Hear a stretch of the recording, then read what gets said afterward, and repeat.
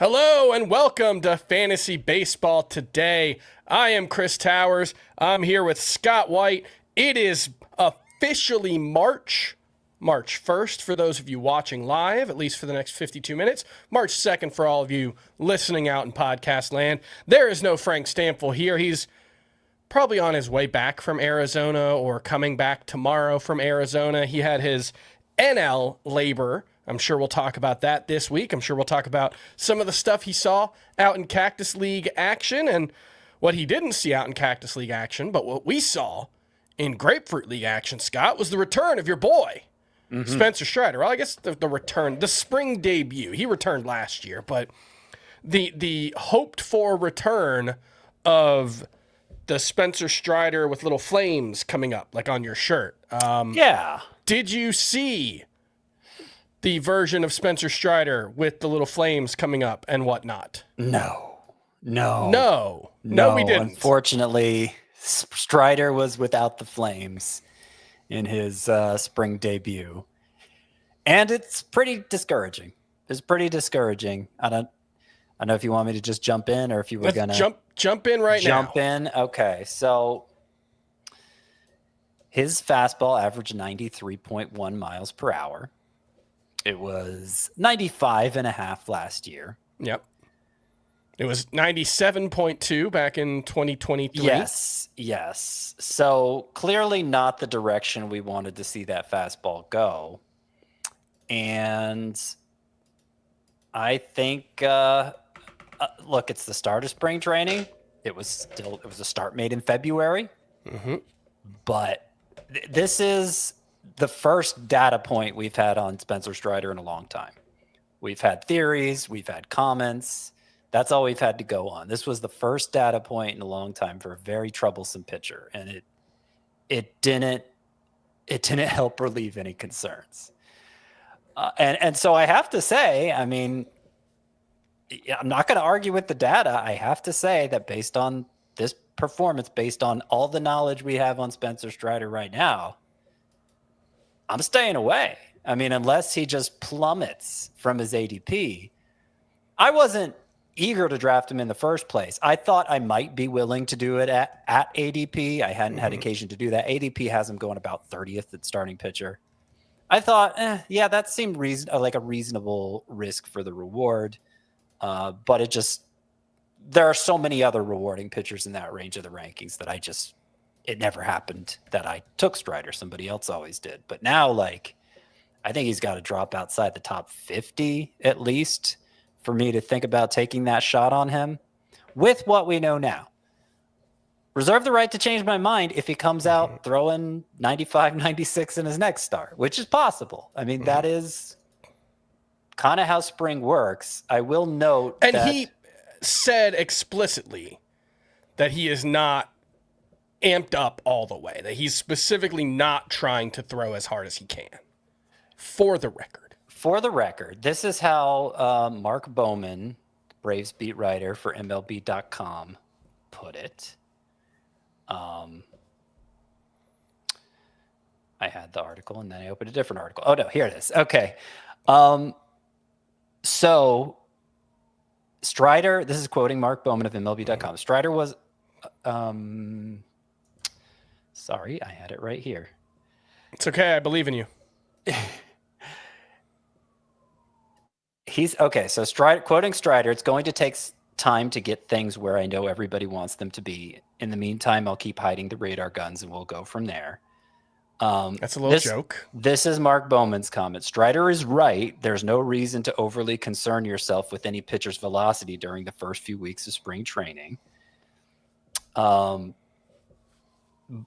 And when a high energy athlete like Strider decides to begin pacing himself, there's no reason to be concerned about how hard he is throwing a full month ahead of his regular season debut. So that is how Mark Bowman, the Braves beat writer, is spinning it. There aren't many writers on the Braves beat right now. Unfortunately, there's just a lot of turnover going on there. So we're mostly relying on him. There was some clear editorializing there in what is meant to be just a straight news story, which is a little odd. But it seemed like Mark Bowman was, really stressing the issue. It's also the sort of thing you'd expect a beat writer to say. Not that I'm accusing him of dishonesty or anything, but it helps a beat writer's relationships to spin things in a positive way. And so they're generally going to do that, particularly when that's the stance the pitcher is taking. If you're looking for a more optimistic data point, like the one encouraging thing from this Strider outing is that the induced vertical break on his fastball was back up to 18 inches, which is where it was at his best. So I've been stressing throughout the offseason, throughout this whole ordeal with Strider, that the shape is more important than the velocity. And he has been emphasizing that too. He's looking to get the shape on his fastball back. It looked like the shape was back, but I wasn't counting on another 2 mile per hour drop of velocity. He got one whiff on his fastball in that outing. 1 out of 10, 10% whiff rate. It's about what he was last year. But obviously a terrible whiff rate. And it doesn't suggest that pitch is going to be a bat misser at that lower velocity. So you're counting on it being true what Strider is saying, what Mark Bowman is saying, that it's just because it's early in spring training and he's going to regain that velocity over time. He's just not ready to air it out yet. But I think given the history, given the concerns we already had, we need to see evidence of that. We can't just go on happy feelings. And especially like you said, he's like the 26th starting pitcher off the board. Yeah. If he was 50, it's very easy to look at a starting pitcher in that range. I'm not a big Gavin Williams fan. I think my skepticism of him is pretty well known. But at his price, it's okay, yeah, sure. I can see the optimistic view of Gavin Williams. Or over the past week, Blake Snell has dropped to about 45. I've made my skepticism of Blake Snell very, very known. But there, it's yeah, I can only, it's not fair to say I can only see the upside there, but it's a lot easier to see the case with the 160th pick in the draft than the 110th pick in the draft. And I don't think Spencer Strider's just throwing 93 now, right? I think that's silly. Well, I mean, why did that happen? Was there another injury we didn't hear about? Why does he suddenly coming in throwing 2 miles per hour He slower? said he's just very consciously not throwing as hard as he can right now. And okay, I'll take him at his word, but what that doesn't tell me is, does he get up to 94 and a half? That would, I think, be a pretty typical jump for a pitcher from their first spring start to where they end up in the season. Well, that'd be a mile and a half per hour from where he's at right now would still be a mile per hour down from where he was last year.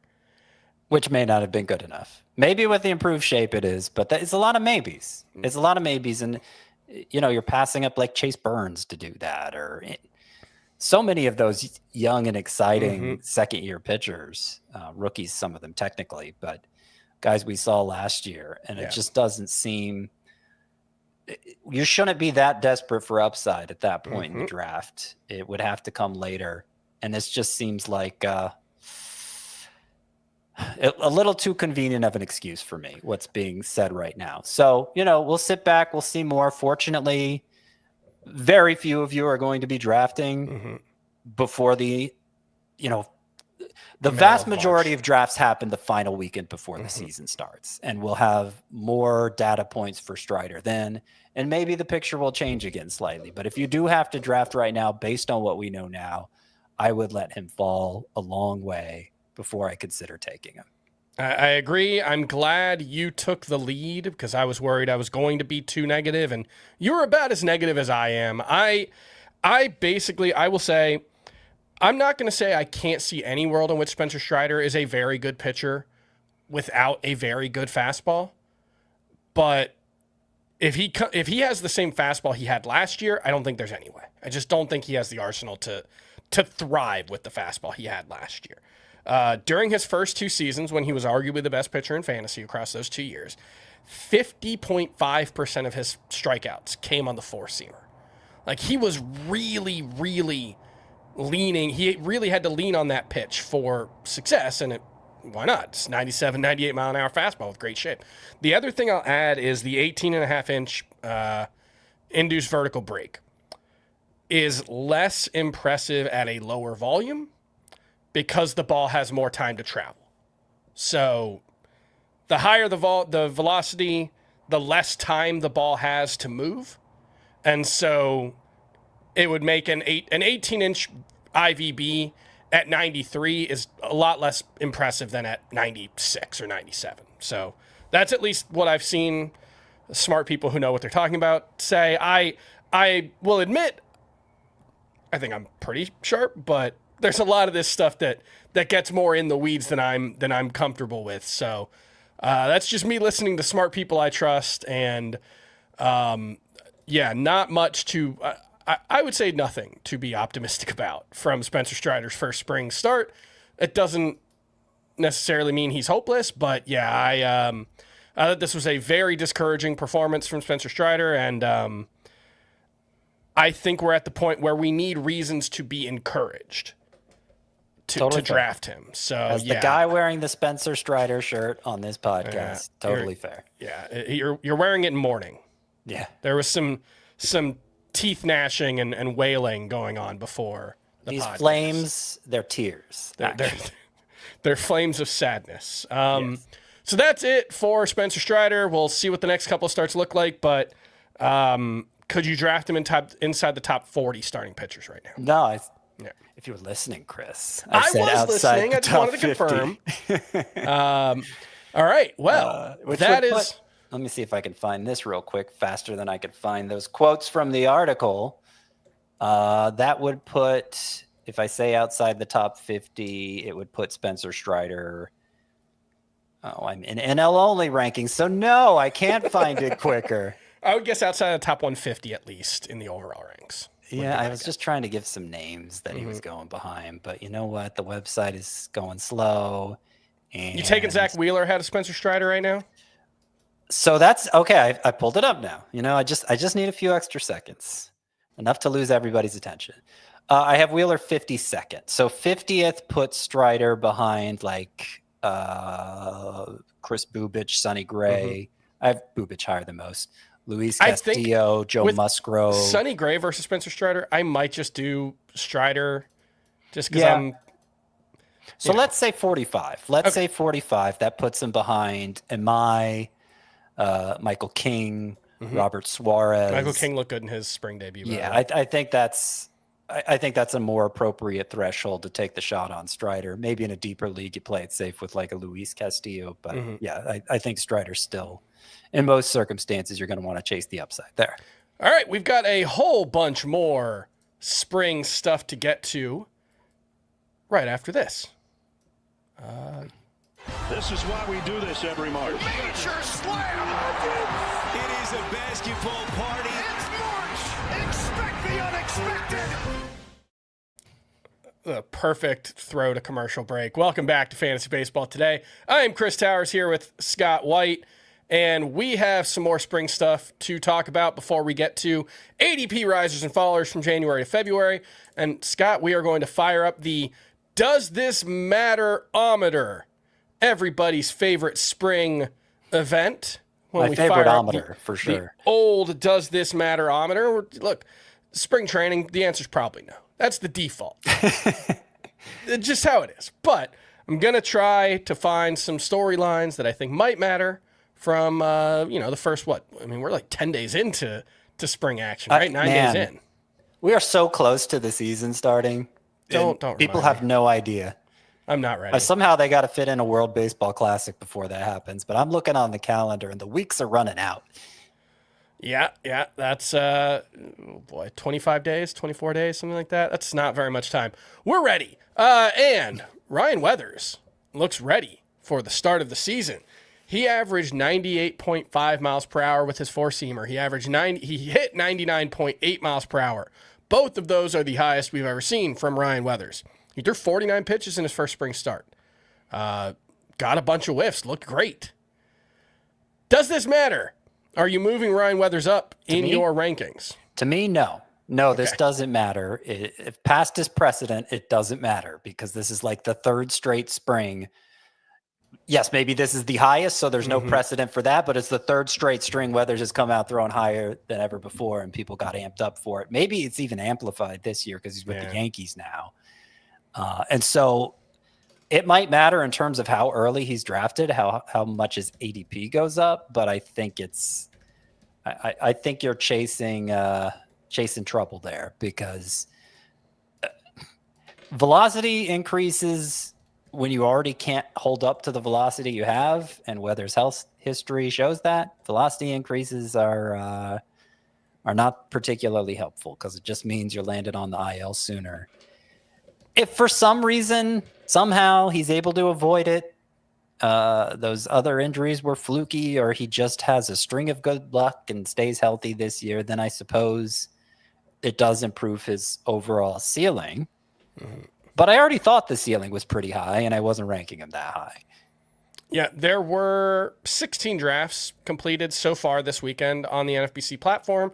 Ryan Weathers is up to 239.8 in ADP in those 16 drafts. That is ahead of Jack Leiter, Garrett Cole, Roki Sasaki, just behind Andrew Abbott, Zach Gallen, and Matthew Boyd. And that seems fine. I think anything outside I'm not moving Ryan Weathers way up in my rankings. I have not moved him up yet, so I can't say exactly where I'm going to move him, but anything outside of the top 200 feels okay to me. Just as a general, risk reward. Because you start to look at the pitchers going directly outside of the top 200. It's like Carlos Rodon, Shane Baz, Chris Bubic are the first three outside of the top 200. I mean, I definitely take We like Bubic more, yes. Yeah. But Rodon, Shane Baz, Aaron Nola, Joe Musgrove. Rodon throws... This isn't even such a bold prediction. Rodon throws more innings than Weathers this year. I'm going to go bolder and say Rodon throws twice as many innings as Weathers this year. So if you're downgrading Rodon for the injury risk, then that would be a downgrade from last year, when I believe he threw 5 times more innings than Ryan Weathers. But no, I get what you're saying. I think I'd still rather have Rodon. I'd still rather Baz. I think it's a similar risk reward profile. If anything, the reward on the Weathers side feels a little more obvious to me. I'm more convinced that Ryan Weathers has plus skills than I am Shane Baz, but obviously he's just shown no ability to stay healthy, especially since he's pushed into the high 90s. Does this matter? Oh, wait, you didn't give me a rating on the Does This Matter-ometer. I got to put a number on it? Is that a 0? No, I can't go 0. It's not a pass-fail course. Ryan Weathers' velocity increase is about a 3.5 on the Does It Matter-ometer. All right. Where does this rank on the Does It Matter-ometer? Ronald Acuña stole 2 bases over the weekend. He has 3 stolen base attempts already in 4 spring games. Ronald Acuña has not attempted multiple steals in a spring training since 2021. When he attempted 2 in 18 games. If you include his Venezuelan Winter League stats, Ronald Acuña has 14 stolen base attempts in his last 20 games. Does this matter? This matters. This matters a lot. I'm going to put it maybe at a 9. I was going to say 10. Well, you do like to play at the extremes, Chris, but you combine this 2 steals over the weekend with the 11 he had in 16 games in the Venezuelan Winter League. His own comments. I already referenced that, Scott. About I wasn't listening. His own comments about feeling like his knees were back at a place where he can get back to his old self on the base paths. And I think something that has been underplayed in our analysis is the hiring of Antoine Richardson, first base coach away from the Mets. I think specifically because the work he did specifically with Juan Soto there and turning him into more of a base stealer. I mean, why do you make a first base coach change like that except if you see something he can help with? And that's what Antoine Richardson is most known for. So in addition to getting Acuña back to being a base stealer by helping him get better jumps, maybe study pitchers better, the sorts of things he did with Soto. Like, it could have an impact on Ozzie Albies. It could have an impact on Michael Harris. Anybody who shows an inkling of stolen base ability on that team. But Acuña specifically, we know what the upside is. He's not that far removed from being a 70 steal guy.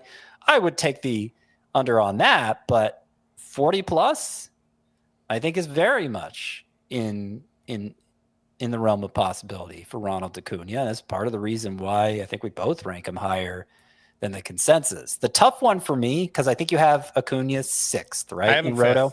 In Roto. Fifth? So who you I haven't had a Soto. I had a Soto even. Yep. Okay, so that's the boldest. That's bolder than I'm willing to go. I did originally have him 6 behind what I thought was a very clear top 5. Mm-hmm. I've moved Kyle Tucker ahead of him with Tucker signing with the Dodgers, and I think that's fair. The problem is Tucker's signing with the Dodgers is not getting that level of appreciation from the drafting community as a whole. Mm-hmm. And so if I continue to rank Kyle Tucker ahead of Ronald Acuña, I will never get Ronald Acuña. So I may have to make that adjustment just to give myself a chance at securing a player who has an outside shot of being the top player in fantasy this year. He obviously was in 2023. I mean, we've seen a historic, like $60 kind of season from him in the last 3 years. And I think this is evidence he's going to be a better base stealer this year than, of course, Aaron Judge, but also Ohtani, who doesn't seem like he's getting back to that 59 steal standard he set in a year he wasn't pitching. So, I very much matters. Does it matter that Jac Caglianone had a single batted ball this weekend over 120 miles per hour, becoming the 8th player in the StatCast era dating back to 2015 who has done that? Let me get the actual names, make sure I've got everyone, because it's an impressive list. Giancarlo Stanton has done it 30 times. O'Neal Cruz has done it 7 times. That's very impressive. Aaron Judge, Ronald Acuña, Vladimir Guerrero Jr., Shohei Ohtani, Gary Sanchez, and now Jac Caglianone are the only players to hit a batted ball 120 miles an hour. To me, it's like, in some sense, this isn't new. We always knew Jac Caglianone had high-end plus raw power. Mm-hmm. But, again, 8th player ever in the minors, in a spring game, in the postseason, in a regular season game. We were talking several thousands worth of games. And he is the 8th player to do it. Mm-hmm. I'm starting to get pretty excited about Jac Caglianone. Or just reminding myself why I should be excited about him, I guess is the way to put it. I mean, of course it matters that he did this. Mm-hmm. That is, I think, a clear indication of a player's power potential, the max number, than the average number, which is so often cited. I mean, the average number probably matters more. It's more functional versus stats. Yeah. But just talking about the skill level a player has, of course it matters. And yes, Jac Caglianone put up jaw-dropping exit velocity numbers at the University of Florida. That was one of the selling points as a prospect. That was with aluminum bats, and so it wasn't totally clear how it would translate, but now we're seeing it's fully translating. Mm-hmm. And by the way, not an isolated incident. On Saturday, he hit a double 116.5 miles per hour. He's been, it's only 6 games, I think, but he's destroying the ball right now. More walks and strikeouts. Yeah. His first home run this spring was 115.2 miles per hour when 400. Wasn't 400 feet. Yeah. Okay. So he's been killing it all spring, and he was terrible as a rookie in terms of the actual stats he put up, but the underlying numbers painted a much more favorable picture. For a guy with that much power as a rookie, first tour of duty in the majors, he struck out just 22% of the time. Which is really very encouraging. Obviously, we've talked a lot about the Royals moving in the fences. We haven't mentioned Jac Caglianone as somebody who could potentially benefit, but of course he could. They did just sign Starling Marte over the weekend, which could impact his playing time some early on. We'll see how he performs. But the way Caglianone has looked this spring, I think he's surging up draft boards. He should be. He's definitely surging up my rankings. I'll probably have, it won't be till next week that I come out with my sleepers 2.0, and I'm afraid at that point nobody will think of Caglianone as a sleeper. Yeah. That's the way this is trending. He's clearly the biggest riser of the spring so far. Among hitters, at least, for sure. Yeah. Yeah. Charlie Condon, maybe we'll get him. He's rising this spring, but not even clear he'll make the team. So Caglianone, I'm very excited. I'll put this at a 10 on the Does It Matter ometer. All right. Does it matter, O-meter? O-ometer. I put 2 O's in there. Does it matter? -meter. Yeah. That I thought Roki Sasaki kind of still looked bad. I don't know if you watched it or saw it. His velocity was up. He averaged 96.8. It was up from when he was in the starting rotation. It was still like 15 inches of IBB. Still commanded it really poorly. He did have a new cutter that was 87 miles per hour. It was a slider, I think. They're just trying to differentiate it from the slider he threw last year. Mm-hmm. You would think a guy throwing a 97 mile an hour fastball, if they're throwing a true cutter, it's more like a 91, 92 mile an hour cutter. Something, it'll operate like a slider. I didn't find it particularly interesting looking. I don't know if you have any thoughts on Roki Sasaki's first start. This is another one where I'm looking for a reason to be optimistic, like with Spencer Strider, and I just didn't see it here. Okay, I was just making sure I didn't miss another outing over the weekend because this was... No, it was Thursday or Friday. Wednesday last week that he made this first start. But yeah, I agree. The velocity was up from last year, but at his best in Japan, he was averaging 98. Yeah. And it wasn't that high. Now, he did get it up toward the end of last year after that stint in the minors, and that's why Roki Sasaki served as the Dodgers closer in the postseason. They won a World Series doing that. But even then, he didn't miss a lot of bats. And that was in short spurts. Yep. Obviously, and not being stretched out to start. I ended up taking Roki Sasaki in the NL only auction we did last week. Those results will be up Monday if you want to look at those. $7 is what I took him for in NL only. Wasn't excited about it, but I was at a point where I just had to get whatever value I could find at starting pitcher, and that seemed like a nice price for somebody with his theoretical upside. But I wouldn't say I'm confident in Roki Sasaki meeting that upside. So on the doesn't matter-ometer, Roki Sasaki's first start, it's just one. So I'll put it at a 5. It doesn't really move the needle for me either way, but it's not what I wanted to see as a Roki Sasaki skeptic. I would say we also saw Andrew Painter make his spring debut on Sunday, and it was kind of the same thing, where I was looking for reasons to be optimistic. Mm-hmm. And it was a weird start because I think it was like 1 1/3 innings. He only threw 20 pitches. 13 of them were 4-seamers. This is a guy with a 6-pitch arsenal, but yeah, the 4-seamer, by the stuff ratings that I saw, rated out really poorly, which I was surprised for a 96, 97 mile an hour fastball. Yeah, I was hoping to have more positive things to say about Andrew Painter's first start, particularly given the buzz in Phillies camp about him having regained his fastball shape. Because apparently the problem last year was coming back from the injury. He kind of lost his arm slot and it dropped too low. And he worked to get it back up where it needs to be to make his fastball effective. They have emphasized command is back, and he did throw a lot of strikes on those 20 pitches. So I don't know. It's not what I wanted to see, but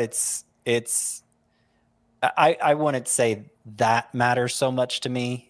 Like I was hoping for more, but it's not enough for me to really draw any conclusions on Andrew Painter, I would say. 5, we'll call it a 5. Yeah, we'll call it a 5.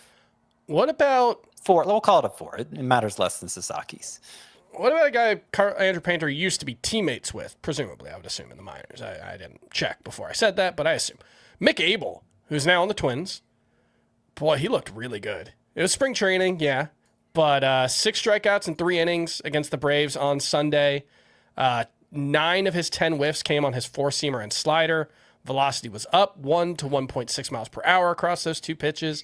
He had 10 whiffs in his 3 innings. It was a very impressive start from Mick Abel, who is in a surprisingly crowded Twins rotation battle, but it's open. I mean, he's got a chance to be in that rotation. Is this someone you are adding to your radar at least? Yeah, I think so, because this is 2 in a row now. So he dominated the Braves on Sunday, had the 10 whiffs on 43 pitches, including 6 on the fastball. You know, I love to see whiffs on the fastball. 55% whiff rate on the fastball, 50% whiff rate for the game. But that was 10 whiffs on 43 pitches. His first spring start last Monday, 12 whiffs on 46 pitches. And he got 7 of those on the fastball. And by the way, his velocity was actually down a little from last year in that first start. It was up in the second start, up over last year's velocity. So either way, he was missing a lot of bats and missing bats on the fastball specifically. So Mick Abel at one point was a pretty high-end prospect for the Phillies. Kind of fell off a little, had some control issues late in the minor. If you remember last year, he came debut. up, scintillating debut, where his velocity was way up, seemed like maybe he was amped up, and then didn't do a lot after that, didn't sustain that velocity bump. But the upside is still there, clearly, and may still be rough around the edges or may be ready to take the leap this year. And the Twins, they have a lot of arms, but not any that Mick Abel couldn't jump ahead of. Yeah, the Twins outside of Joe Ryan and maybe Bailey Ober, although I think even including Bailey Ober, it's kind of like 8 or 9 number 4 or number 5 starters, and they're just hoping a couple of them make a leap because there's some youth in there. A bunch of these guys are 24, 25 or younger. So not nothing there in the Twins rotation, but they're going to cycle through a lot of guys, I think. I'm going to add Mick Abel to my list of players I need to adjust in the rankings. I don't know if he's going to win a spot. Yeah. But I mean, he's such a complete afterthought right now that it may be changing, but yeah, he's put himself on the radar for fantasy. It might be a draft and stash situation, so I'm not going to go crazy with the ranking yet, but I'm very interested by what I'm seeing. So I will put that as a 7 on the doesn't matterometer. Thank you for getting that number in. And we are going to take one more break, and then we're going to come back. Got to move a little quicker through spring news and notes so we can get to ADP risers and fallers. I didn't realize we were at 30 minutes already. Time flies when you're having fun with friends. We'll be right back. When you need your sports news all the time, we've got breaking news to bring to you. CBS Sports HQ gives you a snapshot of all the sports that matter to you. When you need your sports in a snap, find it on CBS Sports HQ. Streaming free anywhere you are. Welcome back to Fantasy Baseball Today, the only fantasy baseball podcast today. At least the only one with Scott White and Chris Towers. We're back. And we're going to run through some spring news and notes from the weekend / like the last 5 days. We're just getting out of position previews, and it's really almost impossible to ever talk news during position previews. And I've seen some comments asking about it. These podcasts are already 2 hours, guys. We can't push like 3 hours just to get to news. So I'm going to try to catch us up on as much news as we can. Scott, you just stop me when you hear something that you would like to talk about. Okay. Put a hand up or flash a light or something. Just get my attention or just say it. Zack Wheeler is at the beginning of a 6-week ramp-up period, and he will make his debut after that, assuming all goes according to plan. So it looks like we could be talking mid-April for Zack Wheeler. Still not 100% clear if we're going to see him in spring starts, although there is a chance. And obviously he needs to get through the next 6 months or 6 weeks without any setback, but it was good to see that. Pablo Lopez did end up having the internal brace procedure to repair his UCL. The good news is that's the version of UCL reconstruction with a shorter return to play timetable. We should see him, honestly, during spring training next year, I would guess, and possibly ready for opening day. The bad news is, well, the return to previous levels of play is a lot less certain than it is with Tommy John surgery. So we'll take that one by ear. As we've seen with Spencer Strider. Famously. Shane McClanahan will make his spring debut on Tuesday versus the Phillies. This is another one we're going to be watching very, very closely, just like Spencer Strider. And really, we're just looking for reasons to be optimistic about McClanahan, although I think some folks aren't exactly waiting for that because his ADP is on the rise. Did he make it into the spring rise, the ADP risers and fallers? I can't remember if he did, but he's up to about 215, 220 over the past week at NFBC leagues. He's been pitching off the mound, but we haven't gotten any. I guess we got one velocity report that he hit 95, so that's good. But I'll have a stronger take on Shane McClanahan once I see what he looks like for the first time in 2.5 years. Merrill Kelly is dealing with a back injury. His status for opening day is in doubt, although the team hopes he can avoid the IL and pitch in the first turn through the rotation. So right now, Merrill Kelly remains a very nice late round rotation filler. Justin Steele has been fully cleared by Dr. Keith Meister and is aiming to return to the rotation in May/June from last year's internal brace procedure. He is a viable stash candidate, although, again, it's internal brace. I want to see what Justin Steele looks like before I invest anything in him, and luckily, you don't really have to invest anything in him. His ADP is outside of the top 350, so in leagues with IL spots, a perfectly fine IL stash. Cody Bellinger will miss a few days with a back injury, but he hopes to be in the lineup midweek, so hopefully this won't be any kind of real issue for him. Joe Ryan threw a bullpen session on Saturday without issue. He's been sitting out with back inflammation, but could still be ready for opening day or shortly thereafter if he avoids any setbacks. Bryce Miller, this one sounds like he might not be ready for opening day now. He has left side inflammation, will be shut down from throwing for 5 days before ramping back up. His velocity was up in his first spring start. He averaged like 97. So this one is annoying, and it could delay the start of his season, though I'm not sure this should be enough to knock him down draft boards since he's already relatively late in drafts, outside the top 250. So still a fine you get bounce that back. low in the rankings. It's sort of to a certain extent, same thing as Jackson Holiday. Mm-hmm. At least I know I had Jackson Holiday lower in my rankings than where he was actually going, but I didn't move him down that much because it's like, well, it's kind of an upside play anyway. If anything, I kind of don't hate having a guy I can just throw in the IL and get a free waiver wire pick to add. So in leagues where that's possible, yeah. Though I don't have a lot of confidence in Bryce Miller, to be clear.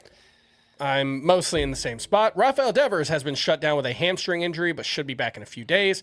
Kyle Stowers will miss 1 to 2 weeks with a mild right hamstring strain. Could still be enough time to get ready for opening day if he's on the shorter end of that timetable, but when you're that unproven, I don't love missing spring reps. Kyle Stowers doesn't seem like he has a huge margin for error. So any downgrade here for Kyle Stowers? Not much of one, because it sounds like a mild injury. It sounds like there will be time to be ready again. And we should know in plenty of time whether that's the case. There's always a possibility of a setback, but I still find him to be one of the more interesting outfielders in the range where he's going. And so I'm willing to take on that little bit of added risk that maybe he tries to come back a little too soon and then he misses half of April. I don't think it's worth worrying too much about this at this point. There was about a 20-minute period where I was on top of the world, I think on Friday. It was right after Ronald Acuña stole a couple of bases, and then we immediately learned that Yordan Alvarez is expected to play some outfield this season. He will make his spring debut on Monday. The Astros trying to avoid putting too much on his plate given his history of injuries, but they gotta find some playing time for Isaac Paredes, Christian Walker, all those guys, and it's going to require some flexibility. So Yordan Alvarez, let's get that outfield eligibility early on. Hopefully he's feeling good, gets through spring training. Would love to see Yordan Alvarez capable of playing the outfield a couple times a week. Josh Lowe has a left oblique injury, different from the right oblique injuries that have been such an issue for him in recent years. Just a tough break for a guy who's had a lot of injuries recent years. Brenton Doyle has a sprained left wrist. Doesn't sound too serious, but it's not a great sign for a guy who might already be fighting to avoid a platoon role. Troy Melton has been recommended to rest and rehab from an elbow strain, but he won't be ready for opening day almost certainly, and that feels ominous for a guy that we like a lot. A lot of people like Troy Melton. I haven't given him too much extra thought. Especially once they signed Framber. Well, yeah, I mean, it wasn't going to be in the rotation anyway. But I think even as a stash now, this probably removes Troy Melton for most people. Max Scherzer signed with the Blue Jays as expected, given concerns about Shane Bieber's availability. There's a chance Scherzer could open the season in the rotation if he can get up to speed quickly enough.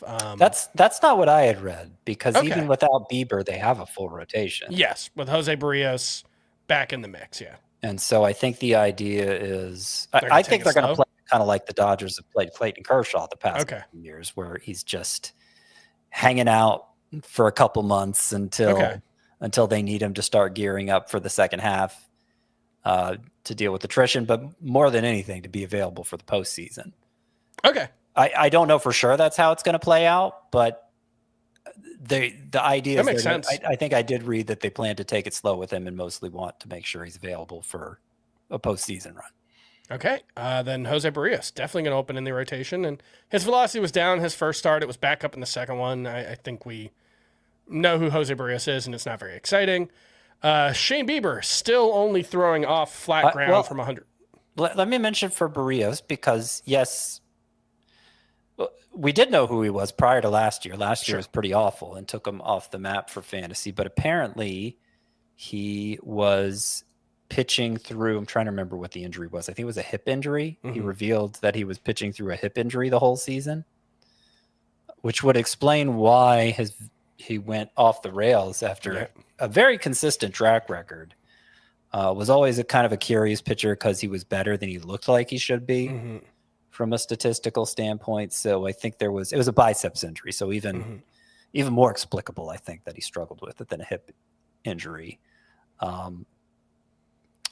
But a biceps tendon issue specifically, but he's over it now. He's looked good in this spring so far, whatever that means. And I think there's some bounce back potential here for Barrios. The upside is only so high, and so I don't think you get to the point where you're drafting him in most leagues, but in that same NL only, well, no, it wasn't the same. In the AL only auction, the sister league of the NL one where I took Roki Sasaki for $7, I took Barrios for $2, and I like that one more. That feels good, yeah. Yeah. All right, speaking of the Blue Jays, Shane Bieber is still only throwing off a flat ground from 120 feet. There is no timetable for him to return to start throwing off a mound. He's been slowed this spring due to forearm fatigue from the end of last season.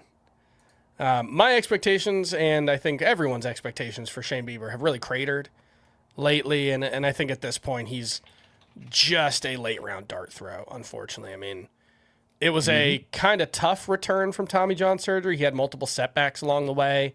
He gets through like 60 innings between the postseason and regular season, and now 5 months later, he's still dealing with fatigue or whatever. That feels pretty ominous. Josh Young has a grade 1 adductor strain. Rangers third baseman will be shut down for 10 days. It's another guy who just cannot catch a break.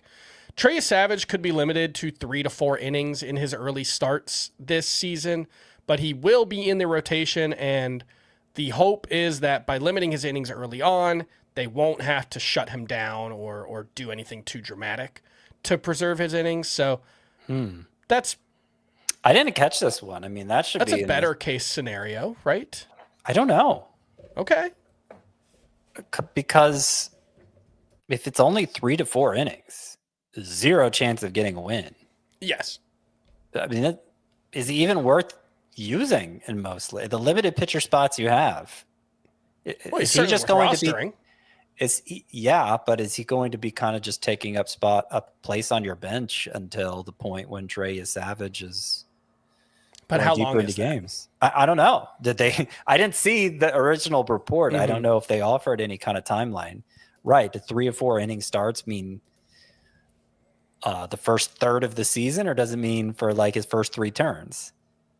It was. He'll have his workload monitored early in the regular season. Could be limited to 3 to 4 innings per start at the outset of the regular season as part of a deliberate ramp-up process.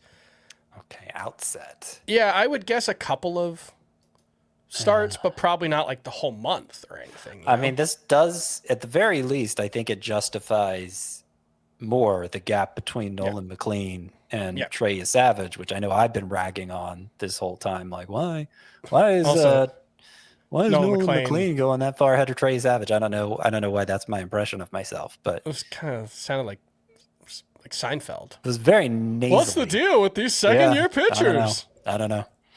Why are they being drafted so far apart? McLean, by the way, looked like as good as his biggest fans could have hoped in his first spring start.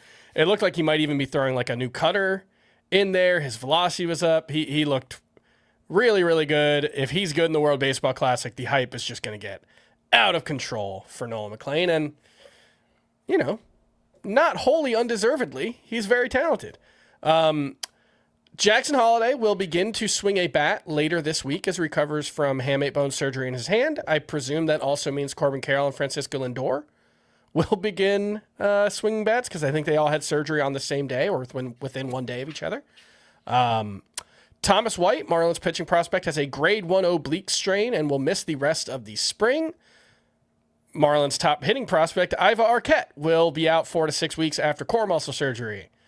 Good start to the season for the Marlins top prospects. Thomas White, there was a chance he was going to be able to pitch his way into the rotation, but it was always a long shot.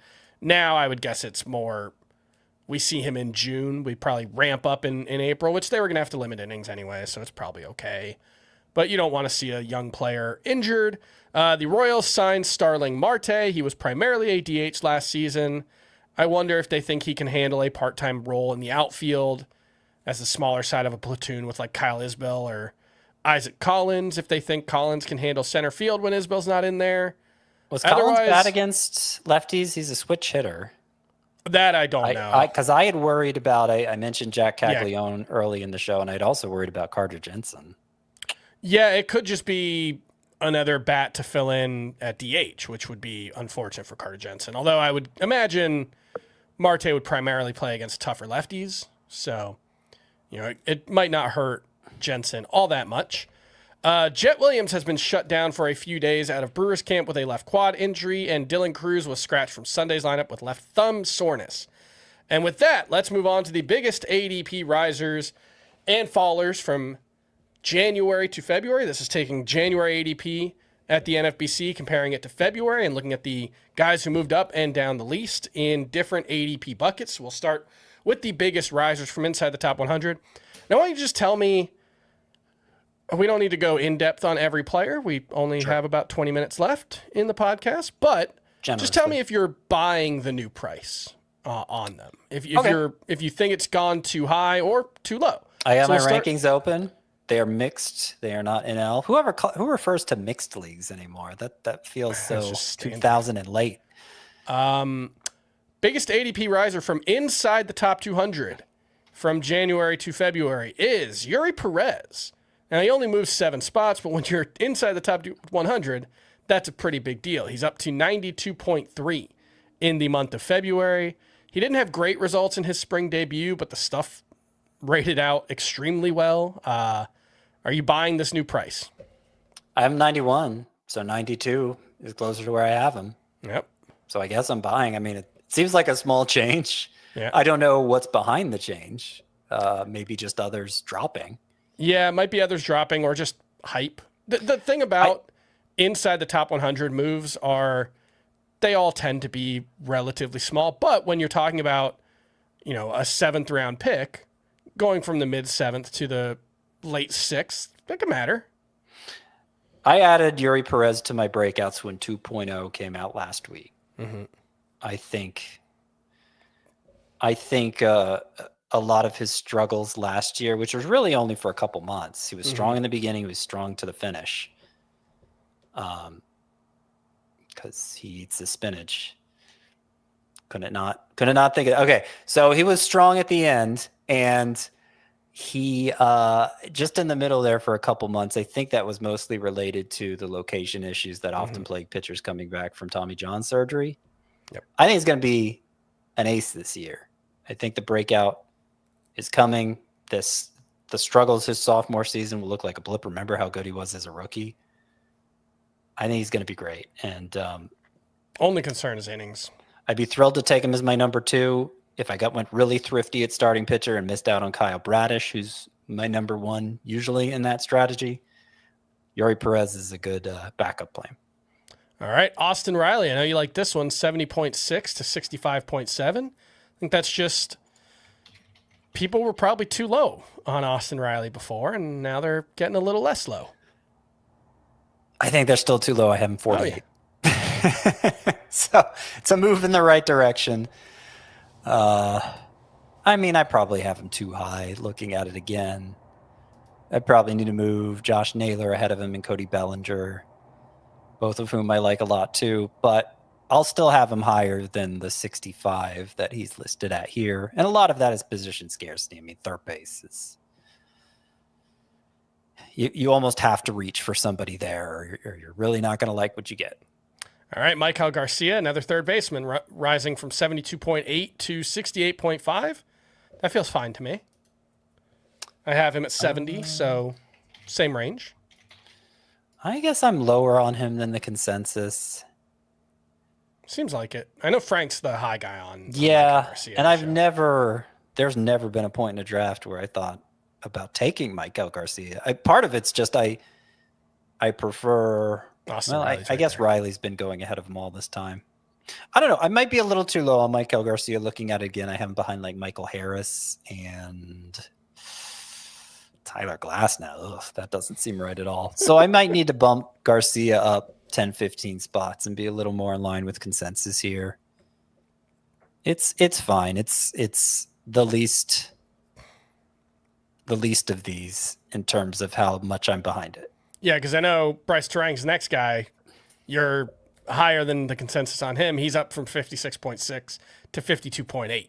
And I know you two-homer have game. him 40th, I think. Yeah, I have him close to that. I'm not far off. Oh my gosh. I'm a little embarrassed to say how high I have Bryce Terang. 32nd. Okay, I have him 33rd. Okay. Oh, so you've joined too with far. me. Yeah, Was it the not too two-homer far. game that do it for you? Of course, obviously. Was there anything behind it, really? No. I've been much higher than the consensus on Bryce Terang all along. Him and Perdomo are the two guys that just kind of buy what they did last year. Yeah. Terang's just weird because 10 of his 18 homers came in August, and that I just don't know what to do with that, but I generally just take what he did more or less at face value. And I think the possibility for more as a hitter, and especially as a base runner, to build on what he did last season, I think is what I like about Bryce Terang. You know, I wasn't even joking that much about the two-homer game because that is the critical factor. It's the crux of everything. Is can he? You know, he hit for so much power in August, and with the exit velocity increases, he was hinting of that kind of power breakthrough. It's just that his angles were so bad for power that he needed an adjustment there. Got it in August, kind of gave it back in September.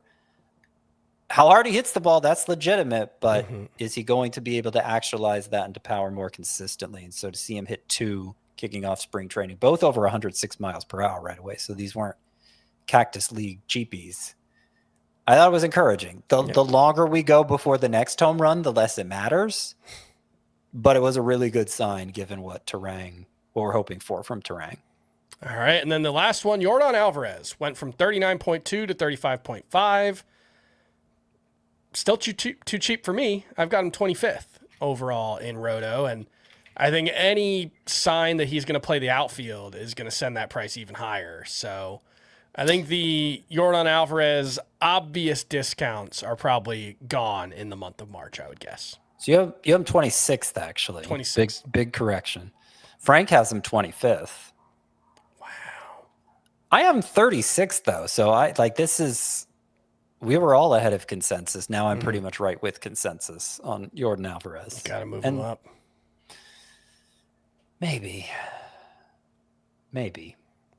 All right, let's move through the biggest fallers, and we can go through this one a little more quickly because there are obvious reasons for 4 out of the 5. Corbin Carroll, he's dropped outside of the top 12 in ADP, but still very, very high. Too high, if you ask me. Francisco Lindor down to 22.8. Both those guys coming back from hamate bone surgery. I think my concern in ranking them both lower than that is just not that they'll miss a ton of time, because I don't think they will. I think worst case scenario, it's a 10-day IL stint and they're back shortly after that. It's just ideally you want about 50 plate appearances to get ready for the start of the season. There's a piece by Jeff Zimmerman on Fangraphs a few years ago about this. And guys who don't get those 50 plate appearances tend to get off to slower starts. I just worry a little bit with the margin for error at these high-end picks is so slim. I just don't really see the point in taking Corbin Carroll ahead of Fernando Tatis, given the injury. Like I think without the injury, I'll take Corbin Carroll, but with it, it's close enough. I'd rather just take Tatis. Even Jackson Churio for me. Yeah, same. Like if there were no worries for Carroll, obviously Carroll.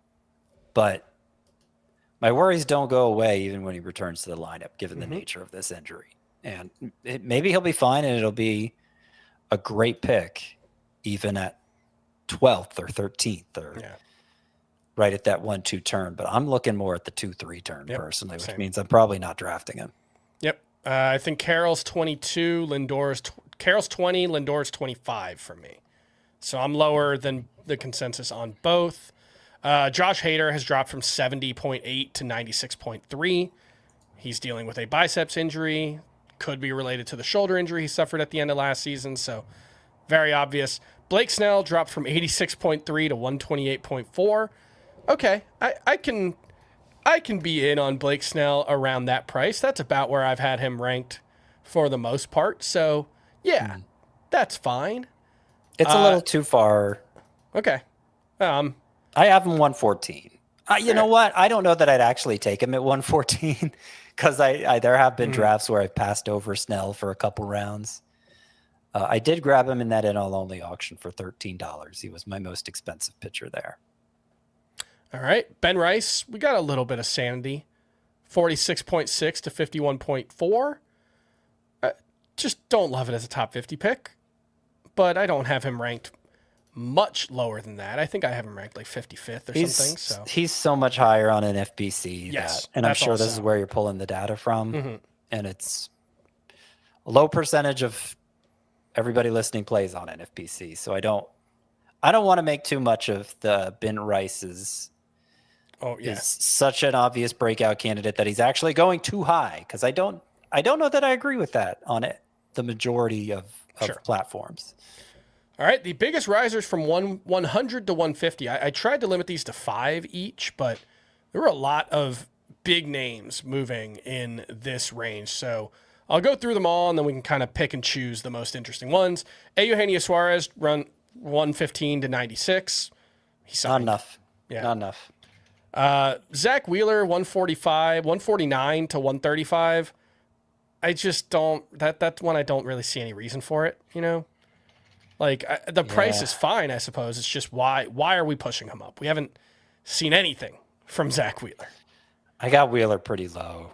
I've been avoiding him.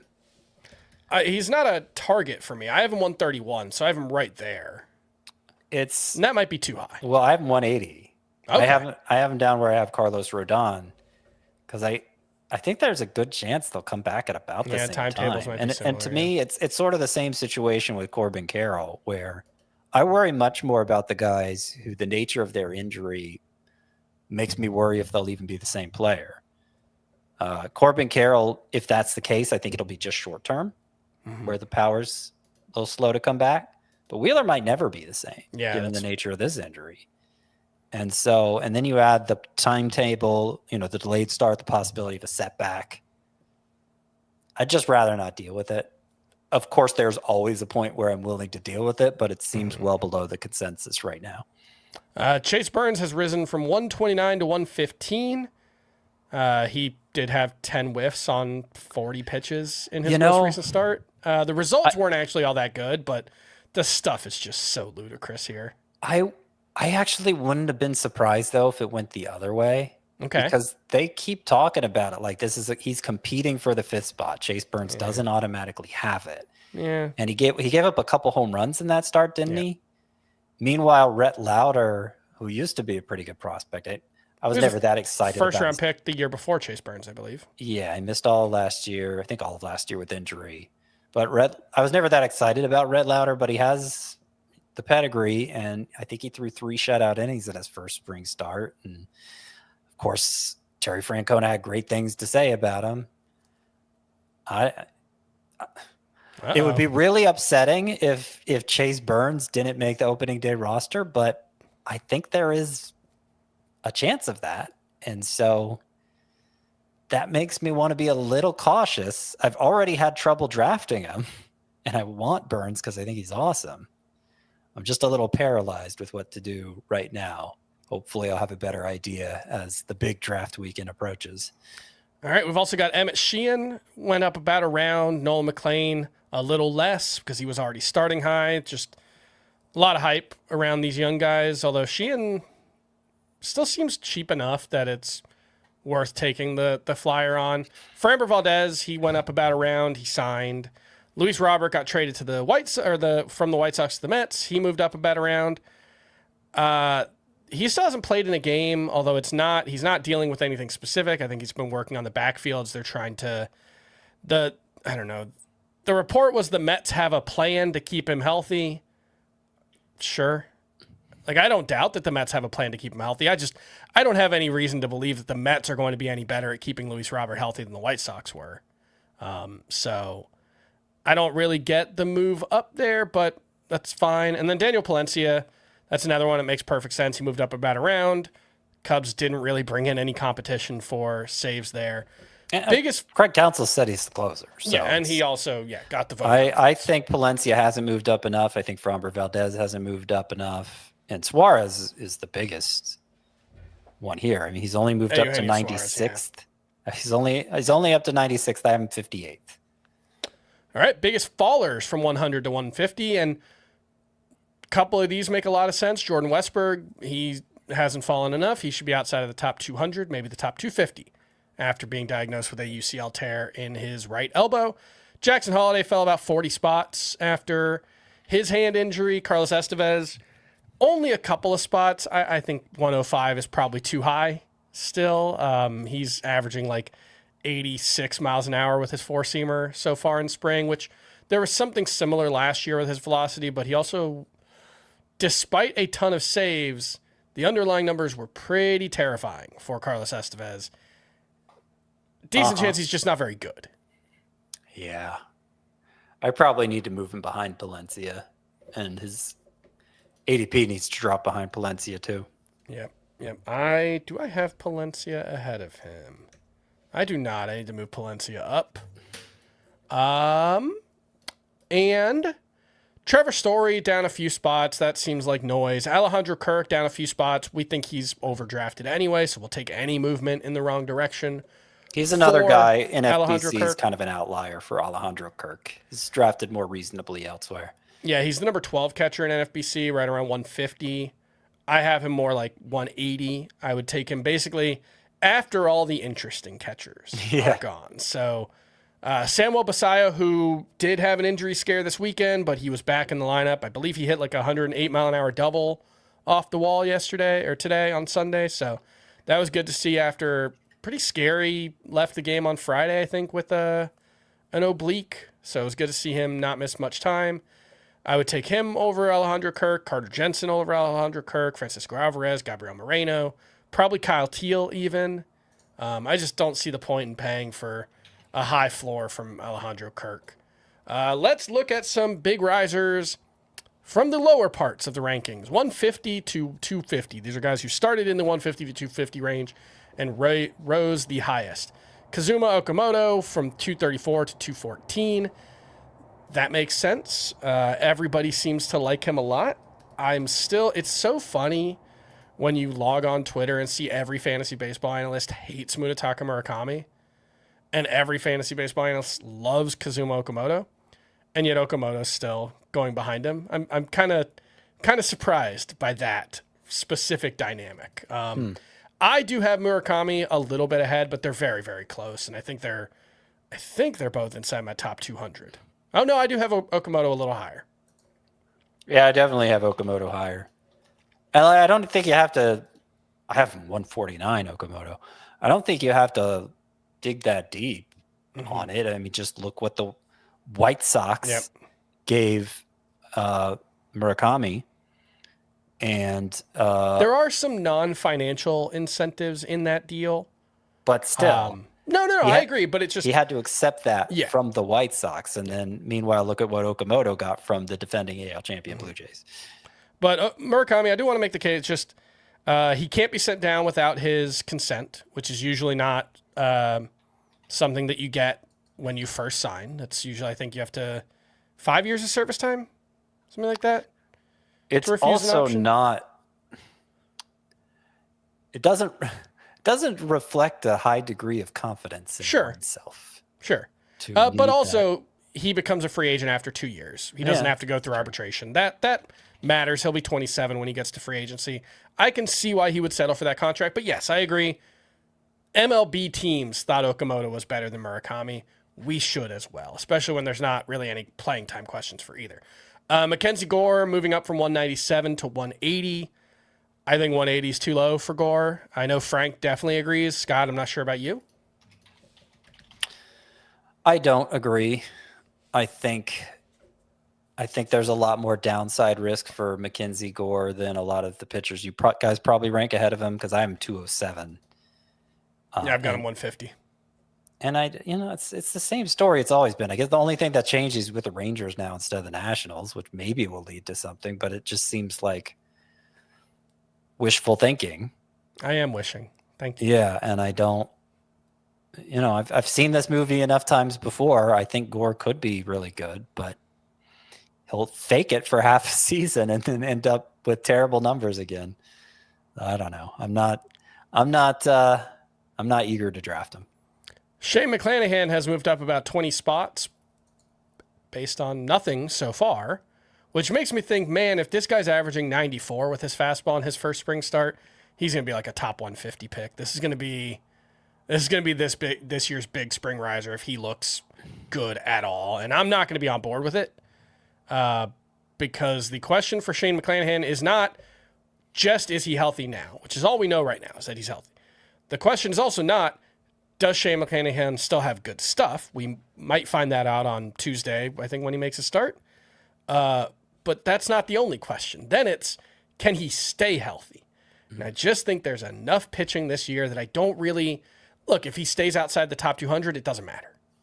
The risk reward. But like, if we start to see a world where Shane McClanahan is pushed up into like the same range where Sandy Alcantara is being drafted, or Gavin Williams, or actually let's stick with those two because that's a guy you really like and a guy I really like. I'd rather have both than Shane McClanahan, even if we see a Shane McClanahan who looks like pre-injury Shane McClanahan. Who was the one you really like? Sandy Alcantara. Yeah, I agree with both of those. I'd still rather take them, even if things are looking great for McClanahan. As good as he was, there's so much injury risk there. We also have Ryan Walker moving up about a round. I think that's just pretty clear he doesn't have much competition to be the closer in San Francisco. And Matt McClain moved up about a round. I'm curious as to why he's so he's so cheap for a guy that everybody really, really liked. He was a top 75 pick arguably last year in a lot of drafts. So I'm not surprised to see Matt McClain moving up a little bit. I'm not sure there's anything there though. Any reason for it at least. Certainly not. I'm not either. I don't know why he would move up. It's cheap 2020. He wasn't far out. I think he was like 17 and 22 or something last year.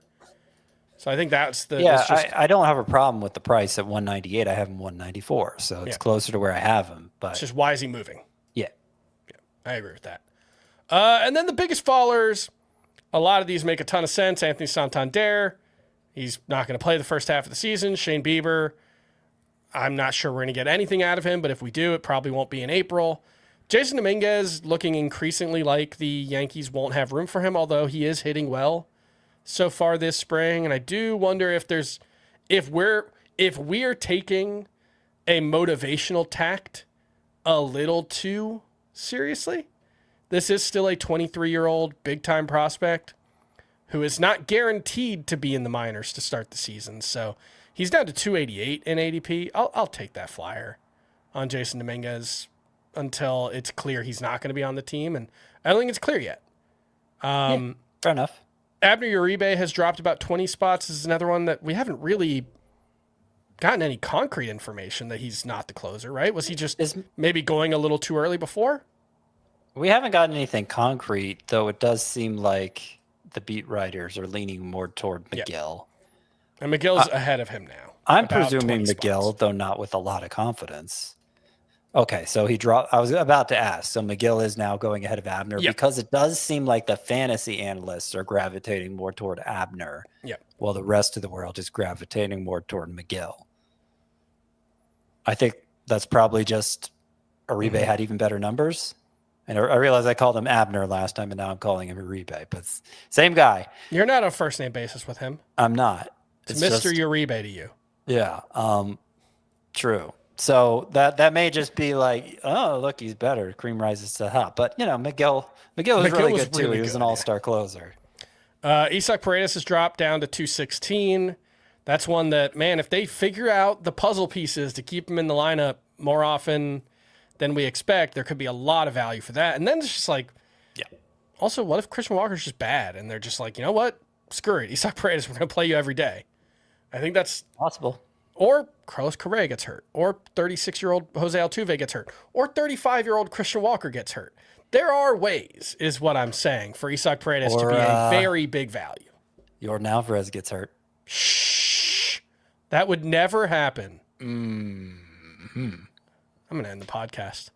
And then Tetsuya Imai is actually down. That one I just want to, it's only 7 spots, but, why? I'm surprised there isn't, I get Imai got a smaller contract than people were expecting. He was talked about as someone who was going to get, I remember thinking he was going to get Framber Valdez money. And then he got about half of what Framber Valdez signed for. So, not great. The projections, MLB trade rumors projection, I think is what I'm thinking of specifically. But pretty much all the projections were. Fangraphs had him for $100 million too. About twice as much as what Tetsuya Imai ended up getting, which was kind of curious. But I like him. If he throws enough strikes, which he certainly did in Japan last year, but previous years it was an issue. If he does, though, I like the kind of oddball nature of his arsenal with the reverse breaking splitter. No, I mean the reverse breaking slider, and then also the splitter from the left-handed side. Yeah, I think I'm higher than the consensus on him. I agree. I think at the very least, the first turn through the majors could be very, very good for Tetsuya Imai. I think people are going to be surprised based on his price, how useful he is for fantasy. And that's going to do it for Fantasy Baseball today. For Scott, I'm Chris. We'll be back tomorrow with Frank Stampfel, and that'll be good. We'll see you then.